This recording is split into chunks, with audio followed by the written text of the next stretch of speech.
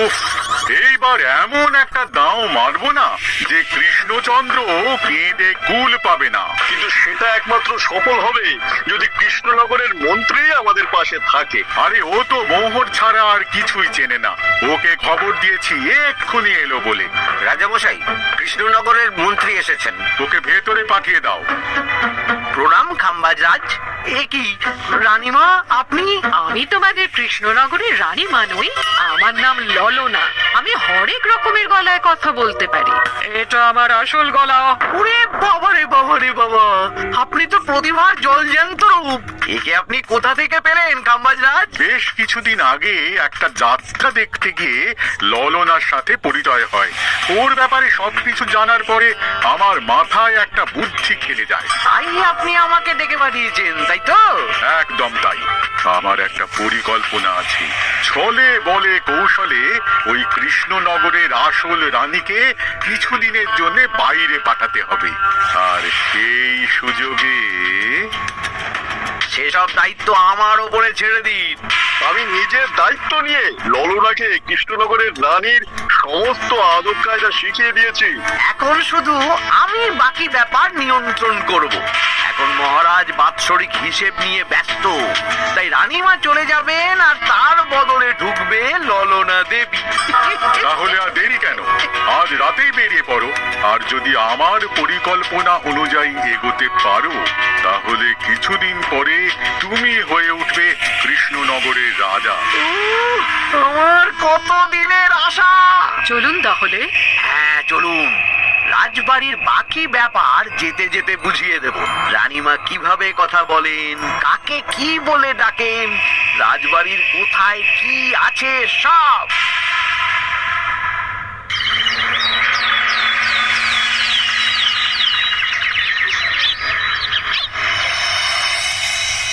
কিরো গিন্নি, জ্বরটা নেমেছে? এই জ্বরটা কমেছে, কিন্তু শরীরটা খুব দুর্বল গো। তুমি পারলে ভাতটা রান্না করে রাজবাড়ি যাও। আমি বেলার দিকে এই কিছু একটা তরকারি করব। না না গিন্নি, তোমাকে এই শরীরে রান্না করতে হবে না। আমি তরকারির সবজি কুটে রাখছি। হ্যাঁ, ওই পুটির মাকে বলে রাখবো, ও এসে রান্না করে দেবে। তাহলে তো ভালোই হয়। জ্বরে একেবারে শরীরটা দুর্বল করে দিয়েছে গো। হ্যাঁ, তুমি বিশ্রাম নাও গিন্নি, আমি রান্নাঘরে যাই। কি গোপাল আজকে এখনো এলো না? ও কোনোদিন সময় এসেছে মহারাজ? ওকে তাড়িয়ে আপনি একটা কাককে রাজসভায় রাখলেও সে সময়ে আসবে। আসলে গোপালের গিন্নির খুব জ্বর, আমি দেখে এসেছি। তাই হয়তো ওর গিন্নির সেবা শুশ্রূষা করতে গিয়ে গোপালের দেরি হচ্ছে। তোমাকে আর গোপালের হয়ে কাসুন্দি গাইতে হবে না। এই তোমরা থামো তো। একটু দেরি হয়ে গেল মহারাজ। আসলে গিন্নির খুব জ্বর, তাই কিছুটা রান্না করে এলাম। আচ্ছা আচ্ছা আচ্ছা, তা এখন তোমার গিন্নির শরীর কেমন আছে? আগের থেকে ভালো আছে মহারাজ। জ্বরটা কমেছে, কিন্তু শরীর খুব দুর্বল। বেশ বেশ, একটু যত্নআত্তি করো। যাই হোক, আজকে সারা বছরের খরচের হিসেব আর আগামী অর্থনৈতিক বছরের প্রকল্প নিয়ে আলোচনা হবে। আলোচনা শুরু করা হোক। বিগত অর্থনৈতিক বছরে বিভিন্ন খাতে মোট খরচ হয়েছে 15,700 মোহর, আর বিভিন্ন কর বাবদ উপার্জন হয়েছে 22,000 মোহর। তাহলে তো মহারাজ ভালোই লাভ হয়েছে। এবার আমাদের দিকে একটু নয়ন মেলে তাকালেই হয়। সেসব তো দেখবই, কিন্তু তার আগে আমি মন্ত্রীর সাথে বিগত বছরের সব খরচ নিয়ে হিসেবে বসবো। হ্যাঁ, বেশিরভাগ দায়িত্ব তো মন্ত্রীমশাইয়ের কাঁধেই থাকে, তাই উনি কোনো হিসেবে জল দিয়েছেন কিনা সেটাও পরখ করে নেওয়া যাবে। তো কাজের চাপ যাচ্ছে কদিন, শান্তিতে ঘুমোতেও পারছি না। মন্ত্রী, তুমি আজ বিকেলে রাজবাড়িতে চলে এসো। বিগত অর্থনৈতিক বছরের হিসেবগুলো একবার দুজনে বসে মিলিয়ে নেব। আচ্ছা মহারাজ, যা করার তাড়াতাড়ি করে নিতে হবে। এখন দেরি করলেই এই বছরের প্রকল্পগুলো শুরু করতে দেরি হয়ে যাবে। মহারাজের জয় হোক। বলো প্রহরী, তুমি কি কিছু বলবে?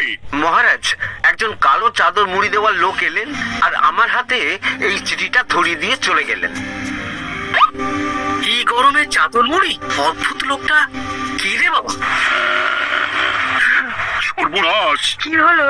তোমাদের রানীমার জ্যাঠামশাই খুব অসুস্থ, তাই পরিবারের সবার সাথে দেখা করতে চান। ও মা গো, আজ সভা এখানেই শেষ। এইবার শুরু হবে আসল খেলা। কি বলছেন মহারাজ? হ্যাঁ রানী, আমাকে এক্ষুনি জ্যাঠামশাইয়ের কাছে যাওয়ার বন্দোবস্ত করে দিন মহারাজ। কিন্তু রানী, তোমার জ্যাঠামশাইয়ের বাড়ি কৃষ্ণনগর থেকে ঘোড়ার গাড়িতে গেলেও তো 1.5 দিন সময় লেগে যাবে। এদিকে আমার এত কাজের চাপ। আপনি বরং কয়েকদিন পরে আসুন, আমাকে এক্ষুনি যেতে হবে মহারাজ। বেশ বেশ, আমি তোমার যাওয়ার ব্যবস্থা করছি। সাবধানে যেও রানী, আমি 2-3 দিনের মধ্যেই আসছি।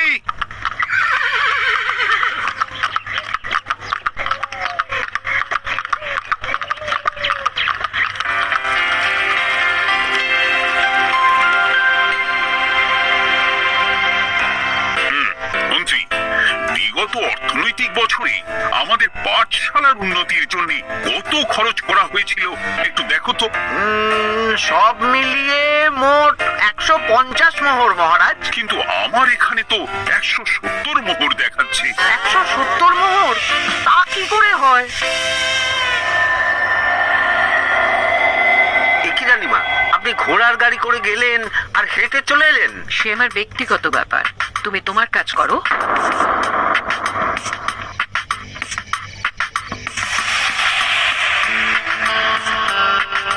এ কি রানী, তুমি চলে এলে? আমার শরীরটা খুব একটা ভালো লাগছে না মহারাজ, পেটটা কামড়াচ্ছে, তাই সহিসকে বললাম ঘোড়ার গাড়ি নিয়ে জ্যাঠামশাইকে দেখে আসতে, আর আমি বাড়ি চলে এলাম।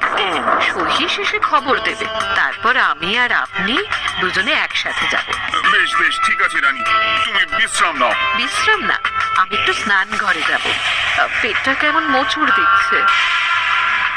মহারাজ কিছুই বুঝতে পারেনি, মজা জমবে।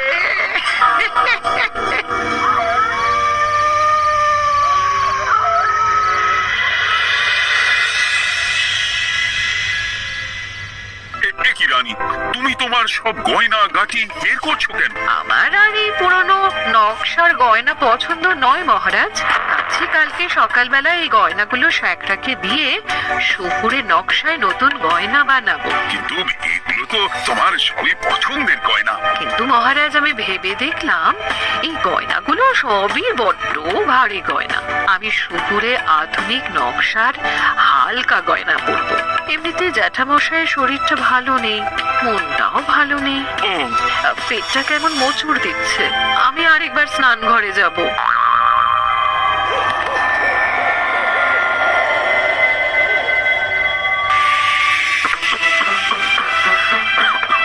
ওই তো মন্ত্রী মশাই এসেছে।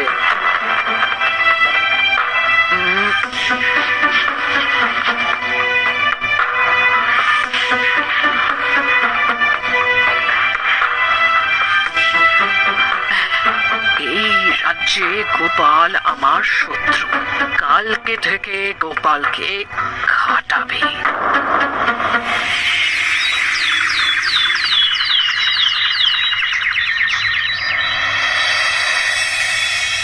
হায় হায় হায়, কি হলো রানী?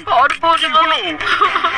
গতকাল রাতে আমার সমস্ত গয়না চুরি হয়ে গেছে। বলো কি প্রহরী? বলুন মহারাজ। গতকাল রাতে রানীর সব গয়না চুরি হয়ে গেছে। তুমি আরেকজনকে নিয়ে এক্ষুনি খোঁজ করা শুরু করো। যথাজ্ঞা মহারাজ।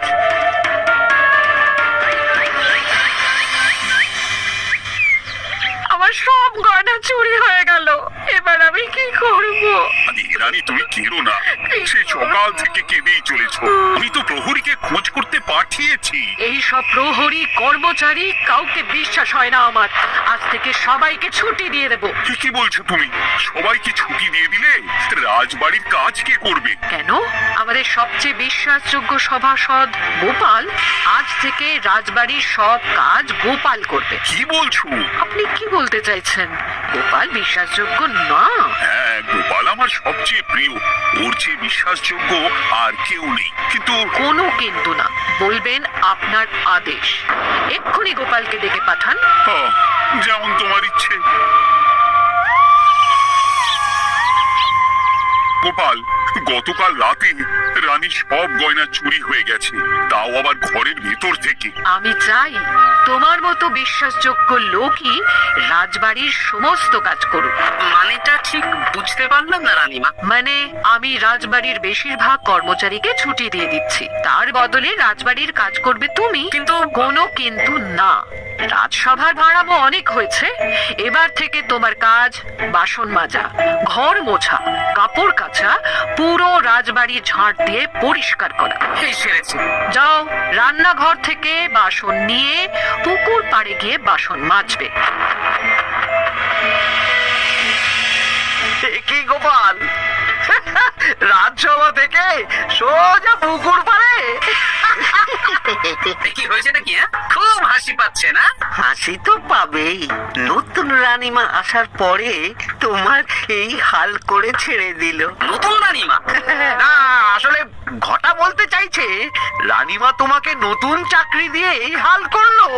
যা হয়েছে ভালো হয়েছে, আমার পেছনে না লেগে নিজের কাজ করুন। যান। কোথায় কি বলতে হয় জানিস না নাকি? অভ্যেস নেই তো, তাই মুখ ফসকে বেরিয়ে গেছে।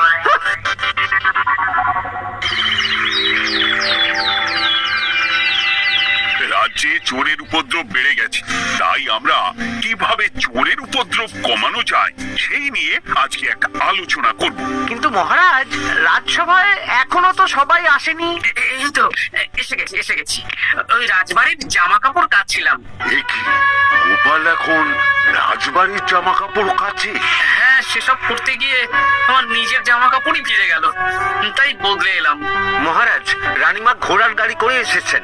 মানেটা কি? রানী তো রাজবাড়িতেই আছে। কি মহারাজ, আমি প্রহরীদের কাছে শুনলাম আমার মতন দেখতে কেউ রাজবাড়িতে উড়ে এসে জুড়ে বসেছে। মানে তুমি তো আগেই চলে এলে। কি কাণ্ড? এই কে? শুনলাম আমার মতন দেখতে কেউ এসেছে। ও আচ্ছা, আপনি। তা কি চাই আপনার? বোঝো কাণ্ড, একরকম দেখতে একরকম গলা, এ বলে আমি আসল, ও বলে আমি। হায় হায় হায়, আসল নকল বোঝাই দায়। একটা নয়, দুটো রানী। আমার জ্যাঠামশাই একদম সুস্থ। এই মহিলা নিশ্চয়ই ভুয়ো চিঠি দিয়ে নিজের রাজবাড়িতে ঢোকার সুযোগ খুঁজছিল। একদম বাজে কথা বলবেন না। আপনি কে সত্যি করে বলুন। সমস্যা সমস্যা, ঘোর সমস্যা। আমার কোনো পাণ্ডিত্য দিয়ে বুঝতে পারছি না কে আসল আর কে নকল। আমি আসল, বিশ্বাস করুন। আমি তো এই মাত্র এলাম। না, আপনি নকল, আমি আসল। কিভাবে বুঝবো? আমি বলবো মহারাজ, এই যে এই রানী আসল। হ্যাঁ, কিন্তু মন্ত্রীমশাই, আপনি কি করে বুঝলেন? না মানে এই রানীমা তোমার উপরে এত ভরসা করে রাজবাড়ির কাজ করাচ্ছেন, কাউকে বিশ্বাস করেননি, একমাত্র তোমাকে বিশ্বাস করেছেন। এত ভালোবাসা, এত বিশ্বাস কার থাকতে পারে বলো? মানে গোপাল, তুমি রাজবাড়ির কি কাজ করছো? বাসন মাজা, ঘর মোছা, বাগান পরিষ্কার, অনেক কাজ করছি রানীমা। আপনার সব গয়না চুরি হয়ে গেল, তাই কাউকে বিশ্বাস করা যাবে না বলে ওই রানীমা আমাকে কাজে রাখলেন। এই ওই বন্ধ করে একটা উপায় বের করো। বেশ বেশ, আমি ধরে নিচ্ছি দুজনেই আসল। তাই আপনাদের দুজনকে আমি পরীক্ষা নেব, দেখবো কে উত্তীর্ণ হন। তাই নাও। আপনারা দুজনেই তো সেনাপতিকে চেনেন, বলুন তো সেনাপতির আসল নাম কি? সনাতন সেন। আচ্ছা, আপনাদের বাপের বাড়ি কোথায়? বিজয়গড়। দূর দূর, গড়গড় করে সবই বলে দিচ্ছে। এভাবে হবে না, অন্য কোনো উপায় ভাবো।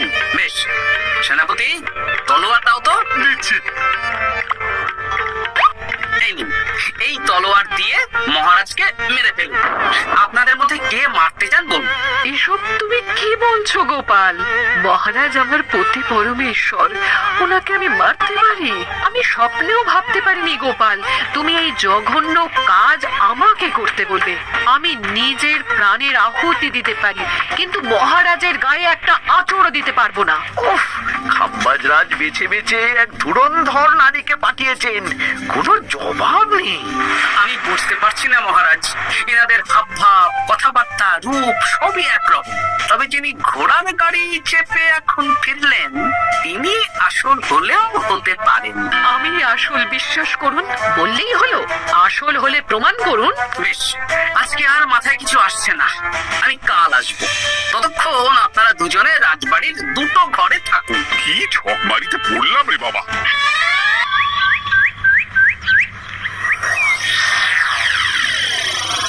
ললনা একদম তৈরি হয়ে এসেছে।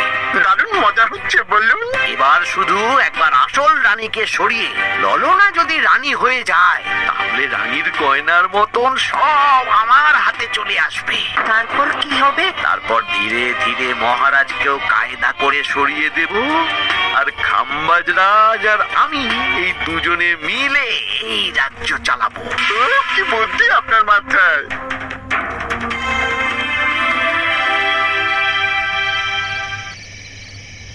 বলছি শোনো না, আমার শাড়িটা একটু ছিঁড়ে গেছে গো। তুমি বাজার থেকে কালকে আমার জন্য একটা শাড়ি নিয়ে আসতে পারবে? হ্যাঁ? আচ্ছা বেশ, নিয়ে আসবো শাড়ি।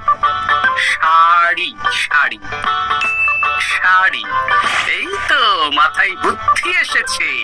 কাল নয়, আজকেই। গোপাল, তুমি কিছু ভাবতে পারলে? মহারাজ, আপনার দুই রানীকে ডাকুন। আমার তো একটাই রানী। ওই হলো মহারাজ, আসল নকল দুজনকেই ডাকুন। কই গো, একটু বাইরে এসো। বলুন মহারাজ, আপনি যাচ্ছেন? আচ্ছা, আমি দুটো শাড়ি নিয়ে এসেছি, লাল শাড়ি আর নীল শাড়ি। এই দুটোই মন্ত্রপুত শাড়ি, এক সিদ্ধ পুরুষ দিয়েছেন। কে তিনি? না, সেসব এখন বলা যাবে না, তবে এই শাড়ি দুটো একটা একটা করে ওনাদের দিয়ে দিন। এবার আমি এই শাড়ির বিশেষত্ব বলি। হ্যাঁ বলো গোপাল, বলো। আপনারা দুজনেই আজ রাতে এই শাড়িটা পরবেন, সারা রাত পরে থাকবেন। এই শাড়িগুলো 12 হাত মাপের শাড়ি। আগামীকাল সূর্যোদয় হওয়ার পরে যার শাড়ি 4 হাত কমবে, সেই হবে আসল রানী। আচ্ছা বেশ, তাহলে তোমরা দুজনেই এই শাড়ি পরে থাকো। কাল সকাল সকাল রাজসভা বসবে, তখন তোমাদের শাড়ি গোপালের কাছে জমা দিও। আচ্ছা। আমি যে নকল সেটা বুঝতে দেওয়া যাবে না। কি করে এই শাড়িটা 4 হাত কেটে ফেলে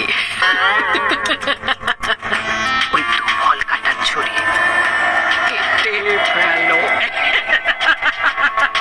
কালকে আবার মজা হবে।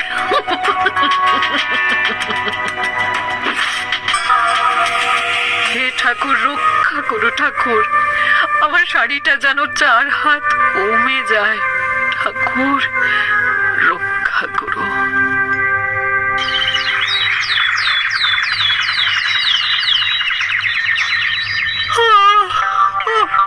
এত সকাল সকাল রাজসভা, দূর, ভালো করে ঘুমটাও হলো না। আমি তো ঘুমোইনি, চিন্তায় ঘুমই আসেনি। কই গো, তোমরা এসো। এই নিন আমার শাড়ি, এবার মেপে দেখুন, এটা 4 হাত কমে গেছে। এই দেখুন মহারাজ, বিশ্বাস করুন আমি আসল, কিন্তু এই শাড়িটা সারা রাত পরে থাকা সত্ত্বেও 4 হাত তো দূর, 4 আঙুলও কমেনি। লাল শাড়িটাই ছোট মনে হচ্ছে। তাহলে তুমি আসল? উফ, বাবা, বাঁচা গেল। আয়, কে আছো? এই নকল রানীকে কারাগারে বন্দি করো। দাঁড়ান মহারাজ, বন্দি করতে হলে যার শাড়ি 4 হাত কমে গেছে তাকে বন্দি করুন। কেন? আমার শাড়ি তো 4 হাত কমে গেছে। শর্ত অনুযায়ী যে আসল, তার শাড়ি তো 4 হাত কমবে না, আপনি ধরা পড়ে গেছেন নতুন রানীমা। এগুলো কোনো মন্ত্রপুত শাড়ি নয়, এগুলো আমার পরিকল্পনার প্যাচ। আপনি নিশ্চয়ই নিজেকে আসল প্রমাণ করার জন্য শাড়িটা কেটেছেন। না মানে, না না না, তাহলে কমলো কি করে? না মানে হয়ে গেল। সত্যি গোপাল, তোমার বুদ্ধির জবাব নেই। গোপাল, তুমি আমাকে বাঁচালে। এই যে নতুন রানীমা, চুপ করে কেন? ওকে আমি কারাগারে গিয়ে বেত মারছি, তাহলেই সব বলবে। বল, কে তুই বল? আসলে মানে আমার নাম ললনা, আমি যাত্রাপালা করি। অনেক রকম গলায় কথা বলতে পারি। কদিন আগে খাম্বাজ রাজ আর এই মন্ত্রী মশাই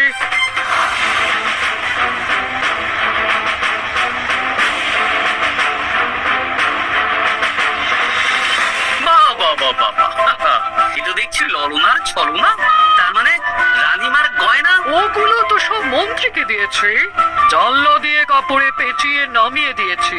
মন্ত্রী, তোমাকে আমি শুলে চড়াবো।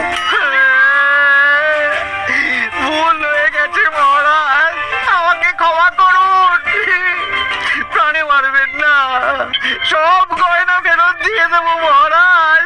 শত্রু রাজ্যের প্ররোচনায় এত বড় ক্ষতি করতে চেয়েছিলে? ক্ষমা করুন মহারাজ, ক্ষমা করুন। সেনাপতি, মন্ত্রীকে 1000 বার বেত্রাঘাত করো। আর এই ললনার কি হবে? আমি অনেক দিন ধরে বাড়িতে একটা কাজ করার লোক খুঁজছি, ওনাকে পাঠিয়ে দিন। আমার গিন্নি শুয়ে বসে থাকবে আর উনি খাটবেন। হ্যাঁ নয়, হ্যাঁ, ললনার ছলনা ভেস্তে গেল।